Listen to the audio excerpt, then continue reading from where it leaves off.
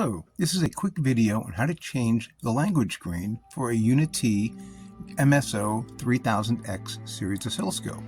Should you find a unit that is not in the language of your choice, simply come over here to Utility and you'll see under Basic Language.